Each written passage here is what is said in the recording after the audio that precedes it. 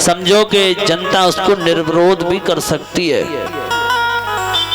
लेकिन यहाँ तो जब भाषण दे तब कहते हमारा देश सोने की चिड़िया है, लेकिन जब देश सोने की चिड़िया होती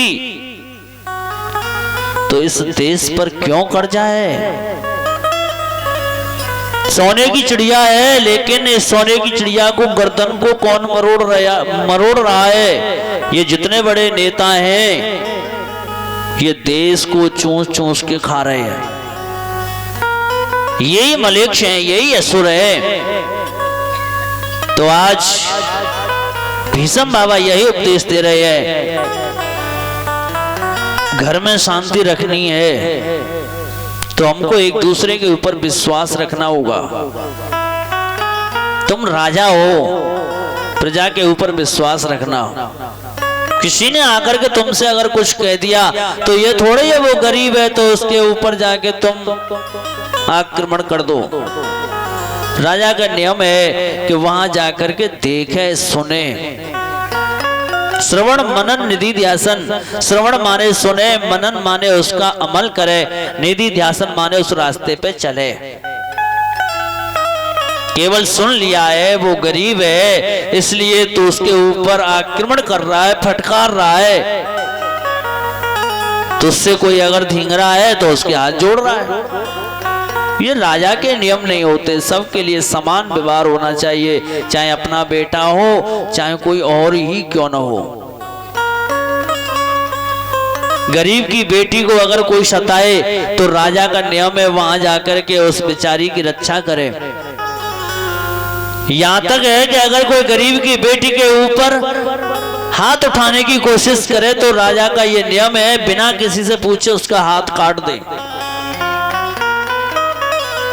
गरीब की बेटी के ऊपर अगर कोई आंख उठाता है तो उसकी आंख फोड़ दे।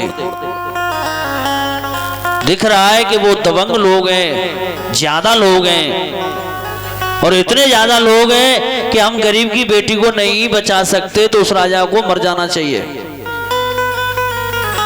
उस बेटी की रक्षा करने में अगर हमारी जान चली जाए, प्राणों की बाजी लग जाए, तब भी हमें प्राणों की न्यौछावर कर देनी चाहिए।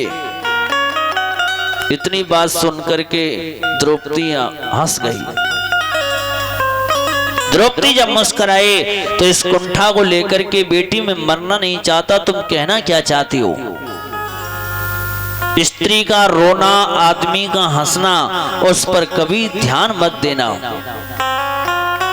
और स्त्री का हंसना हो, आदमी का रोना हो, उस पर ध्यान देने की आवश्यकता है।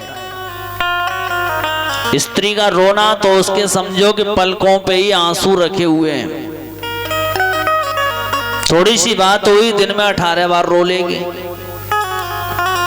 और जब किसी की अगर कोई माँ खत्म हो जाए या बाप खत्म हो जाए तो अड़ोसन पड़ोसनों को बिठा के ले जाती है और फिर बोले मेरी माँ खत्म हो गई है या मेरा बाप खत्म हो गया। अभी उसका रोना शुरू नहीं हुआ और पड़ोसनों ने आए तो वह मचाना शुरू कर दिया। यानी उनका रोना तो पलकों पे रखा है। और आदमी का हंसना एक स्वभाव होता है।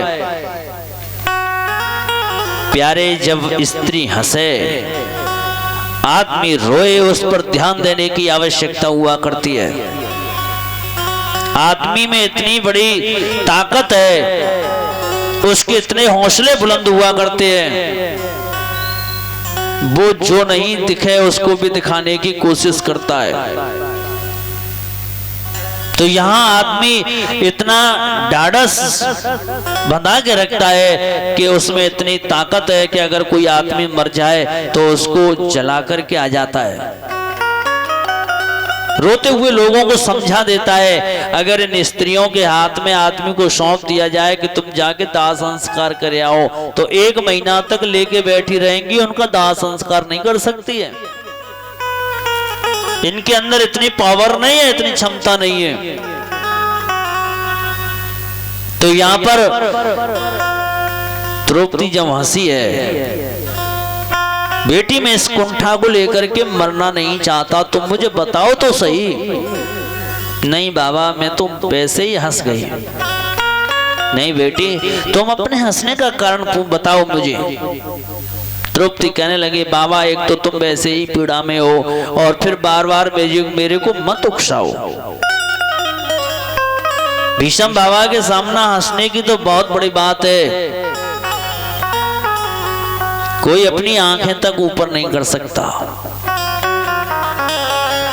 आज द्रौपदी हंसी और बाबा बार बार पूछ रहे हैं। द्रौपदी कहने लगी बाबा जब आप पूछ रहे हो बेटी अपने हंसने का राज बताओ।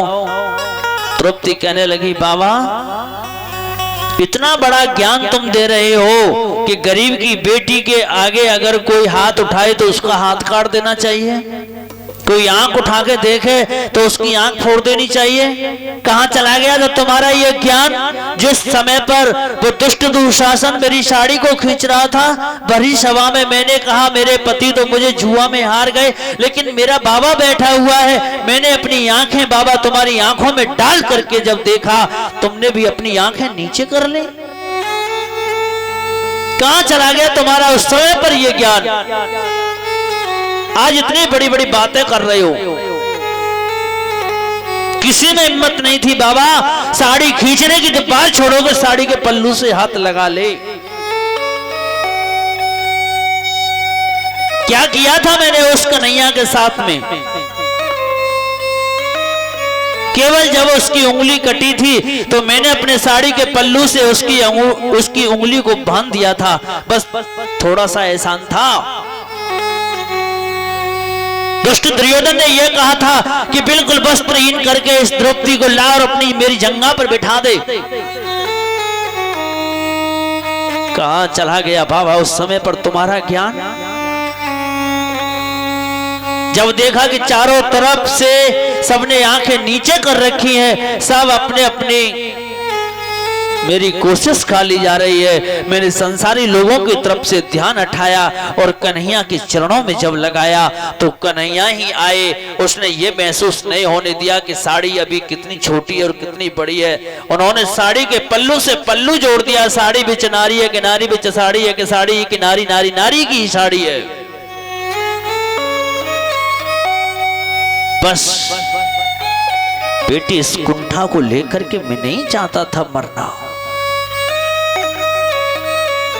मेरी एक बेटी है, मैं अपनी बेटी कन्हैया तेरे चरणों में अर्पण करता हूं। पांडव बड़े असमंजस में पड़ गए। मतलब हमारा बाबा सदा का ब्रह्मचारी और आज इसके बेटी कहां से हो गई? आजकल यही हो रहा है। बैंक बैलेंस किसका है? त्यागियों का। बालक किसके? ब्रह्मचारियों के। पांडव चक्कर में पड़ गए। भीष्म बाबा ने कहा मेरी बेटी का नाम है मति। मति माने बुद्धि।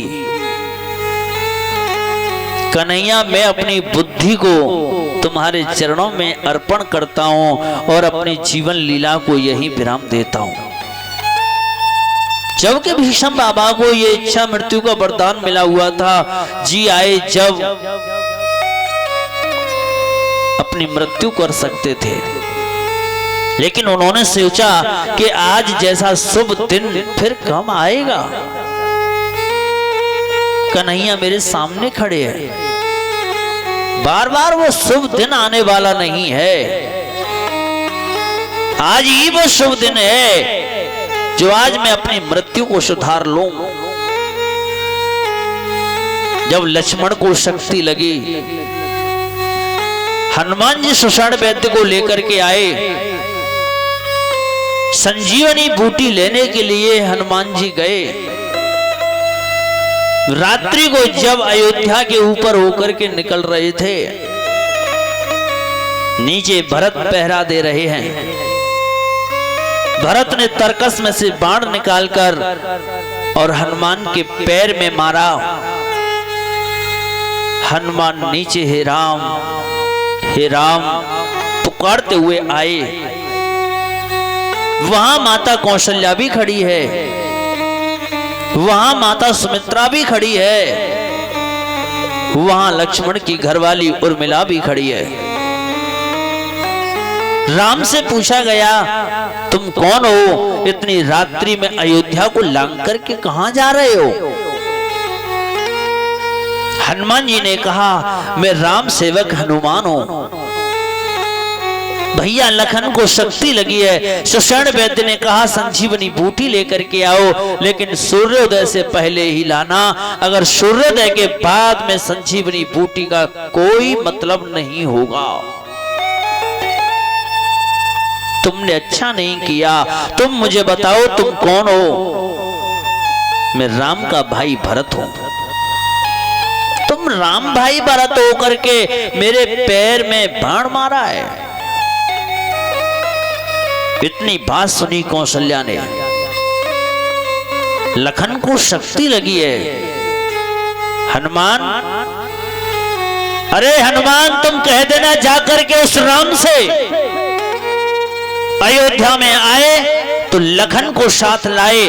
अगर लखन को कुछ हो जाए तो अयोध्या में अपना मुंह नहीं दिखाए, क्योंकि अगर राम वापस आ गया तो ये माता सुमित्रा सोचेगी कि मेरे बेटे को मार के आ गया। मन में सोच रही है, लेकिन सुमित्रा ने कौशल्या का हाथ पकड़ लिया। कहने लगी बहन तुम क्या बोले जा रही हो? अरे हनुमान तुम जाकर के कह देना राम से तुम्हारा जो लक्ष्य है उसको पूरा करे। अगर एक भाई की और आवश्यकता पड़े तो अभी मेरा एक बेटा और है शत्रुघ्न, मैं उसको भी राम तुम्हारी सेवा में लगा दूंगी, लेकिन पीछे को पैर मत रख देना। लेकिन वहां खड़ी है उर्मिला। उर्मिला ने दोनों माताओं के हाथ पकड़ के कहने लगी मां तुम क्या बोले जा रही हो? हनुमान मुझे ये दृढ़ विश्वास है मेरी मांग का सिंदूर ज्यों की त्यों है, मेरे माथे की बिंदियां ज्यों की त्यों है, मेरे होठों की लाली ज्यों की त्यों है, मेरे गले में मंगलसूत्र ज्यों की त्यों है, मेरे हाथों पे जो मेहंदी है वो खिल रही है, पैरों के बिछुआ ज्यों की त्यों है। लेकिन मुझे तो हनुमान ये बता दो, तुम ये कह रहे हो कि सूर्योदय से पहले मैं नहीं पहुंचा तो लक्ष्मण अपने प्राण छोड़ देंगे। हनुमान तुम मुझे ये बता दो कि मेरे पति कहां लेटे हुए हैं? हनुमान ने कहा राम की गोद में। तो बस चुपचाप जाके कान में ये कह देना ऐसा मौका बार बार नहीं आएगा, प्राण आज नहीं कल छोड़ने हैं, इससे और कोई बड़ा मौका न देखें, अपने प्राणों को छोड़ दें। इन बातों को सुनकर के हनुमान की आंखें भर आई। कैसा है ये अयोध्या का प्यार प्रेम, जो कि यहां पत्नी भी अपने पति की मृत्यु को सुधारने में लगी हुई है। लेकिन अगर कोई आदमी मथुरा में जाए, वृंदावन की परिक्रमा करे, गोवर्धन की परिक्रमा करते हुए अगर वो व्यक्ति मर जाए तो लोग हाय तो वह मचाने लग जाते हैं। लेकिन ये नहीं सोचते कि ब्रज में जाकर के उसकी मृत्यु हो गई तो उसका जीवन सुधर गया। तो आज यहाँ पर भीष्म बाबा ने ऐसा मौका बार बार नहीं आएगा जो कन्हैया तुम मेरे सामने खड़े हो, जबकि मुझे इच्छा मृत्यु का प्रदान है। तो यहाँ कन्हैया के चरणों में अपनी बुद्धि को अर्पण करके आज भीष्म बाबा ने अपनी मृत्यु को सुधार लिया। बोले कृष्ण कन्हैया लाल की जय हो।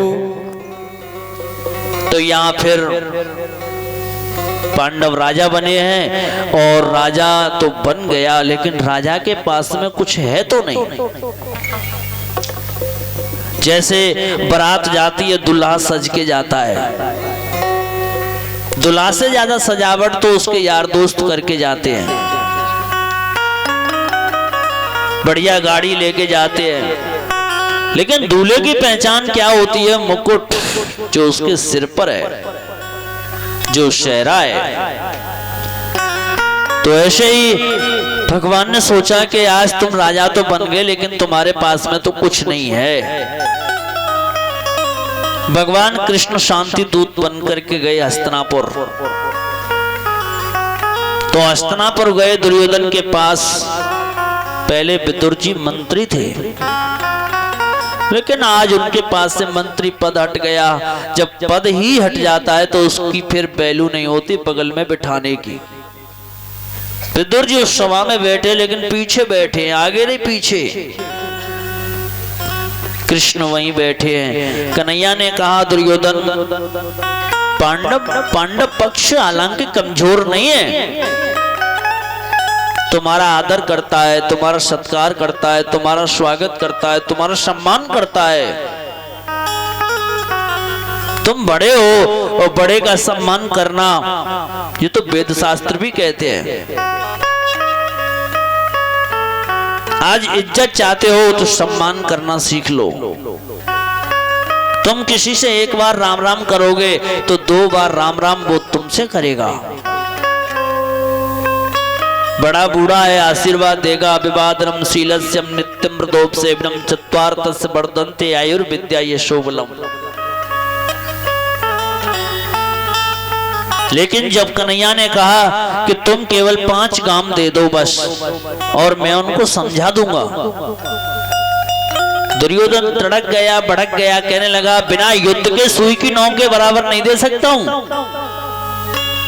कन्हैया मुस्कुरा के कहने लगे कहीं ऐसा तो नहीं भैया दुर्योधन, तुम कहीं ननिहाल चले गए हो, नानी की बगल में जाके लेट गए हो, वहां नानी ने कोई युद्ध की कहानी सुना दी हो। अरे दुर्योधन तुम नहीं जानते हो अभी युद्ध की विभीषिका क्या हुआ करती है। लाखों बच्चे अनाथ हो जाते हैं और हजारों स्त्रियां विधवा हो जाती हैं। अभी तुम नहीं जानते हो युद्ध क्या होता है। मैं सुई की नोक के बराबर नहीं दूंगा। इतने में अंदर से निकल के आया शकुनी। शकुनी ने आकर के हाथ रखा दुर्योधन के कंधे पर, कहा पहले अपने घर का अन्न तो खिलाओ। जब हमने भीष्म बाबा को अन्न खिला दिया, उनकी बुद्धि को खराब कर दिया। जैसा खाओगे अन्न वैसा बनेगा मन, जैसा पियोगे पानी वैसी बनेगी बाड़ी। दुर्योधन ने कहा हाँ कन्हैया पहले चलो तुम अंदर प्रसादी पालो, उसके बाद में होगा सो देखा जाएगा।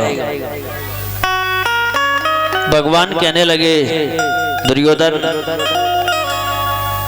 मैं भोजन 2 परिस्थितियों में करता है इंसान। एक तो भोजन करने वाले को भूख हो और दूसरा भोजन कराने वाले के अंदर भाव हो। न दुर्योधन तुम्हारे अंदर वो भाव है और न मुझे वो भूख है।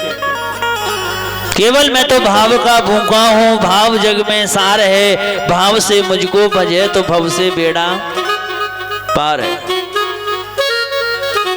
आज का भोजन मेरा विदुर के यहां पर है। दुर्योधन ठाके मार के हंसने लगा। उसके पास में खुद खाने को नहीं है, तुम्हारे लिए कहां से इंतजाम करेगा, प्रबंध करेगा। भगवान कहने लगे इसकी मुझे क्या चिंता है। जब उसने निमंत्रण दिया है, कहा है, तो जरूर मेरे लिए कोई ना कोई व्यवस्था करेगा। विदुर जी पीछे बैठे थे। विदुर जी ने देखा कि मैंने कब निमंत्रण दिया है, मेरी तो मुलाकात भी नहीं हुई है। भगवान ने आंखें डाल करके विदुर की आंखों में मानो इशारा कर दिया कि तुम ठहरे रहो, तुम्हारे अंदर वो भाव तो है। गरीब के अंदर भाव बहुत होता है। गरीब जानता है धर्म करना, गरीब जानता है कर्म करना, गरीब जानता है पूजा पाठ करना। जितने बड़े घर है उतने बड़े बाइयात हैं। बड़े घरों की लड़कियां ही घर को बर्बाद कर रही हैं, बड़े घरों के लड़के ही घर को गड्ढे में ले जा रहे हैं। जितने छोटे घर हैं, गरीब लोग हैं, वो धर्म कर्म पूजा सब कुछ जानते हैं। बड़े घरों के लोग ऐसा वैसा कैसा, लेकिन चाहिए पैसा। पैसे के पीछे अपनी जिंदगी को बर्बाद कर रहे हैं। वो नहीं जानते कथा क्या होती है, भागवत क्या होती है, सत्संग क्या होती है। वो केवल नौटंकियों को जानते हैं, नाटक जानते हैं, नाटक करना जानते हैं, और नाटकों में ही उनकी जिंदगी बर्बाद हो जाती है। भगवान कृष्ण गए, विदुर जी गए हैं लाला के लिए माखन मिश्री लेने। कहा है तो जरूर आएगा कन्हैया। कन्हैया ने जाके गेट खटखटाया। अंदर से विदुरानी कहने लगी, कौन? कन्हैया की मधुर आवाज गई, काकी मैं कृष्ण हूं। विचार करो, कन्हैया की कथा सुनने में आदमी इतना दीवाना हो जाता है, इतना पागल हो जाता है कि अपने घरों में से बढ़िया सुंदर फर्नीचरों को छोड़ करके आप लोग जमीन पे बैठ के कथा सुन रहे हो उस कन्हैया की। कन्हैया की कथा के लिए सुबह जल्दी चारपाई छोड़ते हैं, जल्दी से काम करते हैं, और सब काम से निवृत्त होकर के भाग भाग करके दौड़ दौड़ करके कथा सुनने के लिए आए हो। कन्हैया की कथा के लिए इतने पागल हो गए हैं कि नीचे बैठे हैं, किसी को बैठने की व्यवस्था है तो ठीक है, नहीं तो वैसे ही बैठ गया। जब कहीं कन्हैया आकर के आवाज लगाए तो कौन ऐसा जीव हुआ जो कन्हैया के पास में न जाए। ईश्वर अंश जीव अविनाशी।